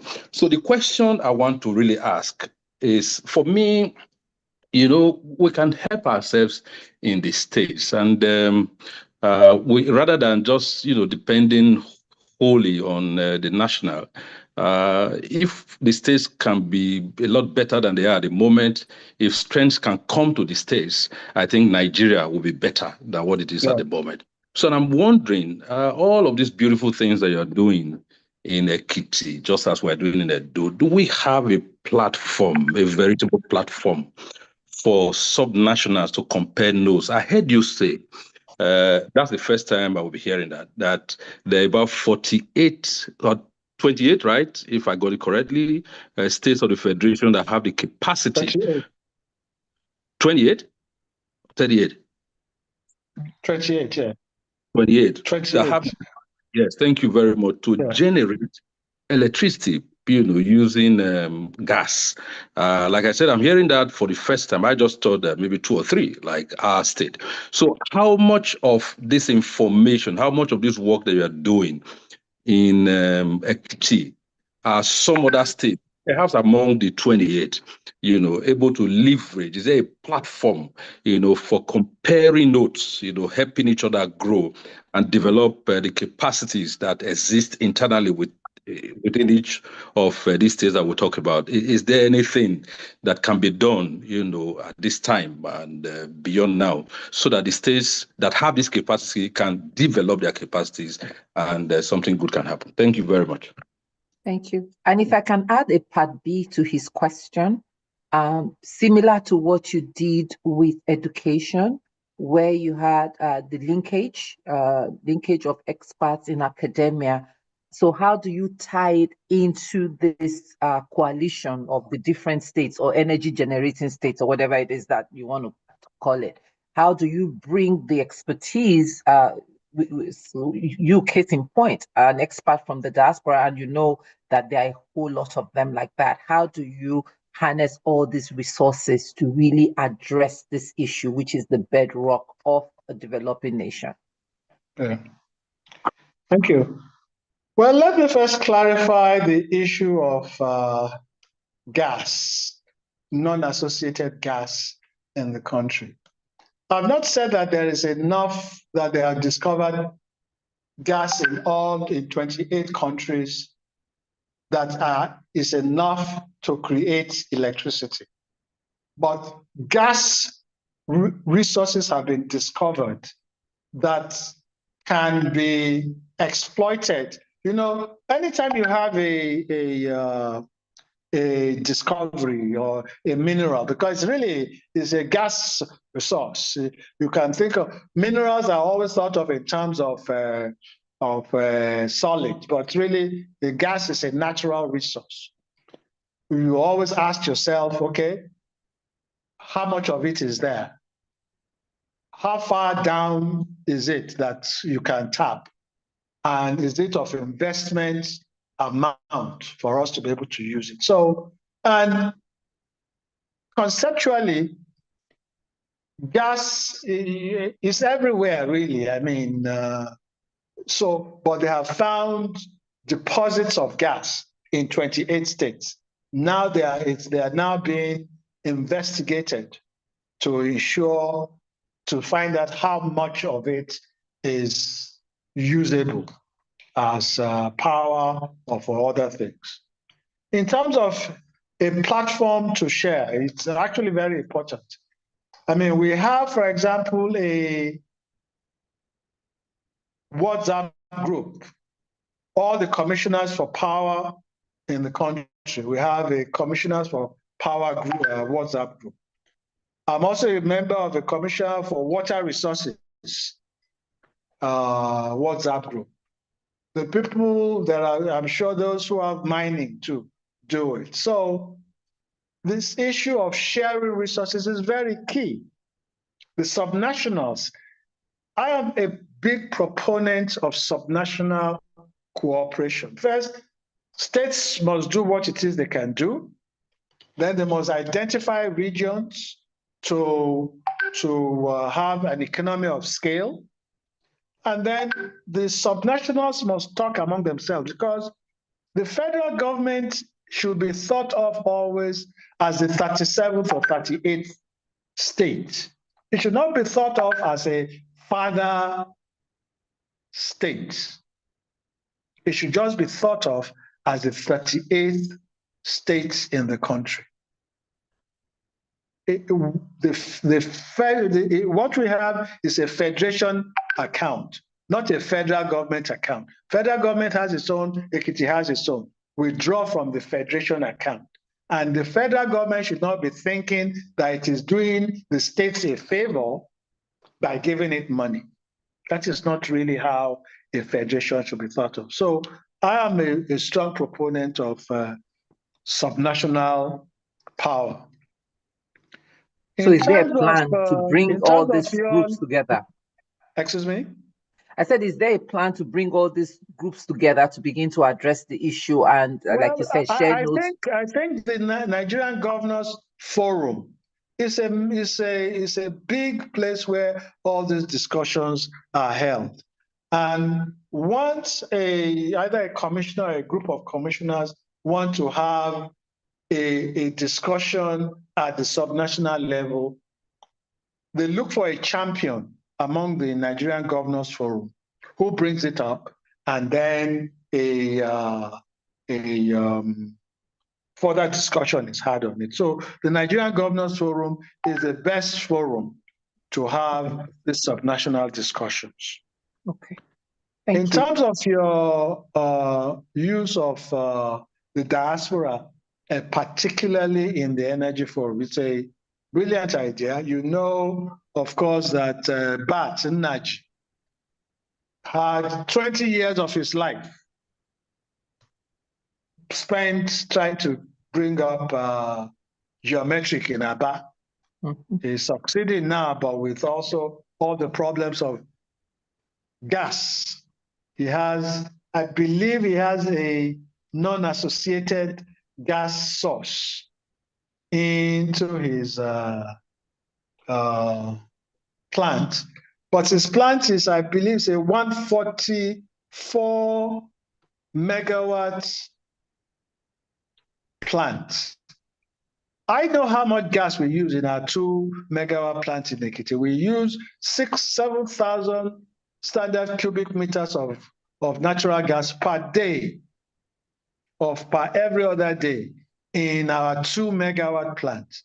So when I consider his 144 megawatt plant, that it's using 72 times 7,000 standard cubic meters per day.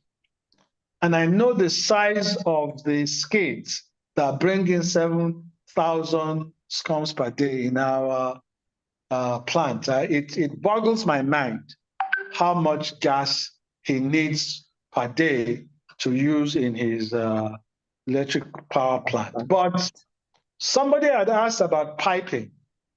We need to increase the market for gas, both for mobility and for power, such that investors will bring in piped gas into all the states in the country. You know, piping in gas is much safer and secure than piping in liquid, or either crude or refined petroleum, because those ones can be tapped into and stolen, but nobody will steal gas. So the Nigerian Gas Expansion Project, NGEP, is one that is being worked upon to ensure that gas infrastructure is available in all over the country. And it is not just gas from escravos, but these gases that I say may be developed, may be tapped as we go along, will be fed into this gas infrastructure, so that everywhere that gas is needed, either for power, either for mobility, either for domestic use or for industrial use, the rejigging of our energy sector will be very much dependent on gas use, and will ensure that we get away just thinking of electricity for residential to electricity for industrial, electricity for commercial, and electricity for transportation. Thank you. Thank you very much, sir. You know, thank you for this very insightful conversation, and we are way over time, so we're going to bring it to a close. But it seems like this is really a 3-part conversation or webinar, one on the infrastructure, operational aspect of it, and then education. So we'll probably have follow-ups with you at some point. So as we come to a close, if you can just give us 3 pointers. Yeah. That this is recommendation for resolving energy crisis in Nigeria. Just 3 pointers, 3 bullet points. Thank you. Well, the first thing is for us to get a good handle of the true situation of our energy condition right now, and a good understanding of what we need now, 10 years, 20 years, and 30 years. So an energy plan that understands where we are now and where we want to go. That is number 1. Number 2 is to ensure that we have diversified sources of energy throughout the country, or primary sources of energy, both renewable and non-renewable. We must map each one and understand what it costs us technology-wise, conversion technology-wise, to either convert 1 kg, that's kilogram, or 1 standard cubic meter or to generate 1 kilowatt hour of electricity from each of the technology arising from each of the primary sources of energy. That's number 2. Number 3 is to ensure that the uses are across the various sectors, not just for residential lighting, but for transportation, for industry, for commerce, for productive uses, so that our economic earning power must increase. And the 4th issue is that our citizens must be empowered to pay for what they use energy-wise. And only those who cannot afford it should be subsidized. And subsidies should be based on how much is used and not for political considerations. And the final issue is the issue of leadership, that leaders must educate themselves thoroughly in the technological arena and identify personnel around them who are sincere and can advise them in a non-political manner to take credible decisions. Thank you. Thank you very much for this very insightful conversation. And I felt like lecture those that don't know anything about energy. I'm sure they got a lot out of this. So we want to thank you for your time here with us. We are glad that you finally were able to make it here today. And we want to thank everyone, and I'll bring Pastor Sonny up again to give the closing remarks. But we want to thank you all for joining us this evening. We meet here every Thursday at 5 p.m., same Zoom link, and different topics.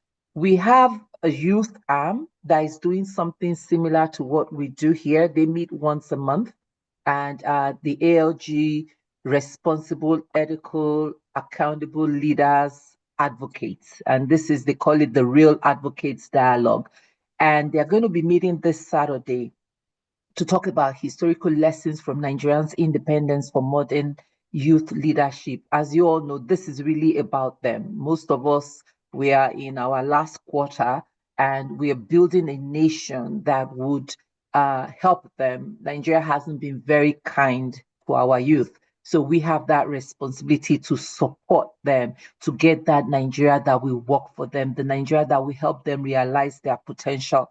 So we are inviting you to come alongside us to support this youth to take their rightful place in really rebuilding the Nigeria that is going to work for them. So please join us this Saturday. Pastor Itwa, our principal here, is going to be the keynote speaker on this particular topic, especially as we are celebrating our 64th year.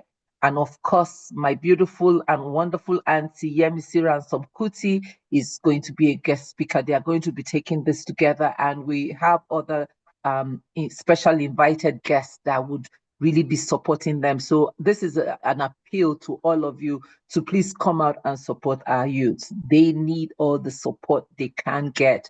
And they are the ones that will build that Nigeria. I think a lot of us, our energy is spent already, but we need to support and encourage and inspire them to take their rightful place as the leaders of the nation. So please come out and join us. And then the second announcement is ALG mentorship program. We have the Itwa Olajide Godalo Real Mentorship Program, where we mentor the youth. We have quite a few of them in different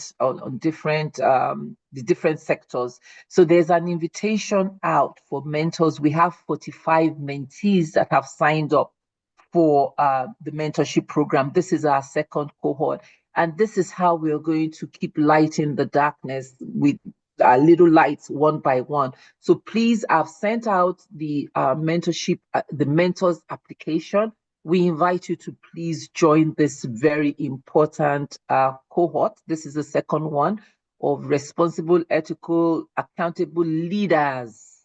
You share your value, impact it on this up and coming future leaders of the nation. So please consider being a mentor, commit to it. I think the program is twice a week for a few months, about 3-4 months. But I'll send more information to you if you just give us your contact information, and you'll learn more about what we are doing here on the IOI. We call it the IOI Mentorship Program. So thank you again, everyone. Thank you for joining us. We're so glad you could join us this evening. And we hope to see you same time next week, just a different topic. God bless you. Over to you, Pastor Sonny. Okay. If Pastor Sonny is maybe he's in here. Thank you, everyone, for joining us. Professor Aluko, thank you for joining. And you still haven't taken me to Ekiti. So I hope there's a plot of, no, I don't even want a plot of land anymore. I want a whole house waiting for me in Ekiti now. As there's a call for us in the diaspora to relocate to Nigeria and to lend our efforts to what you're doing there. So thank you for all that you do. Thank you for what you have been doing. You're on the shoulders that we stand on here. I'm one of your fans here, and for all the work that you've been doing. You're passionate about Nigeria. You've given to Nigeria, and you will continue to give to Nigeria. So thank you for your service to the country and the sacrifice, because I know you've sacrificed a lot for the country as well. Thank you so much, and thank you for honoring us this evening. Thank you. All right. Thank you, everyone. So glad you're here, and God bless you. Have a good evening. Same time next week. We'll see you.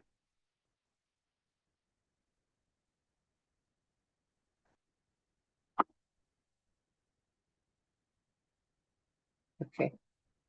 Pastor Olu, maybe you can unmute everyone. I think everyone is muted. That's probably why you can't talk. Okay. Yes, we've unmuted everyone. So good evening. Thank you. Thank you all for your time. Thank you very much. Thank you. Yes. Thank you.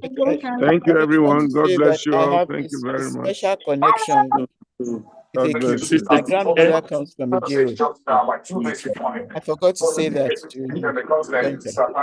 Now you have a special connection to Ekiti. Yes, my grandmother comes from Ijero. So it would be easier for me to get my house in Ekiti then. No, don't come to Ijero. Uncle Falabi, I'll get the money from Abuja to go and build the house. Don't come to Ijero. Okay, Pastor is back. I think Pastor is back now. God bless you all. Take care. Thank you all very much. God bless you. Tell your sister to stay in America. Blessing. Okay. Bye-bye. Sister Blessing, good evening. Thank you for joining. God bless you. Thank you. Bless you all. Thank you all. God bless you. Have a good evening. God bless you. Bye-bye. Thank you. Bye-bye. Bye.